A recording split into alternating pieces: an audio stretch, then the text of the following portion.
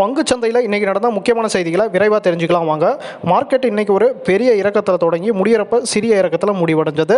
Bank ஸ்டாக்ஸினுடைய தொடர் இறக்கம் market இறக்கத்துக்கு முக்கியமான காரணமாக இருக்குது. அக்ரவால் இண்டஸ்ட்ரியல் கார்பரேஷன் அப்படிங்கிற ஒரு ஷேர் தான் நம்ம இப்போ பார்த்துட்ருக்கோம்.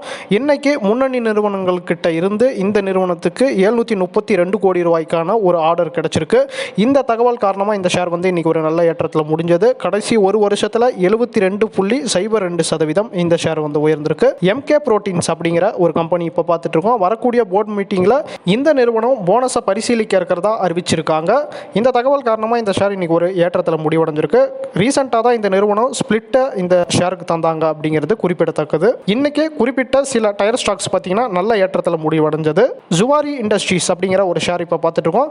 கடைசி சில மாதங்கள்ல இந்த ஷேர் வந்து நல்ல ஒரு ஏற்றத்தில் இருக்குது. இந்த ஏற்றம் நீடிக்குமா அப்படிங்கிறத நம்ம பொறுத்திருந்து பார்க்கலாம்.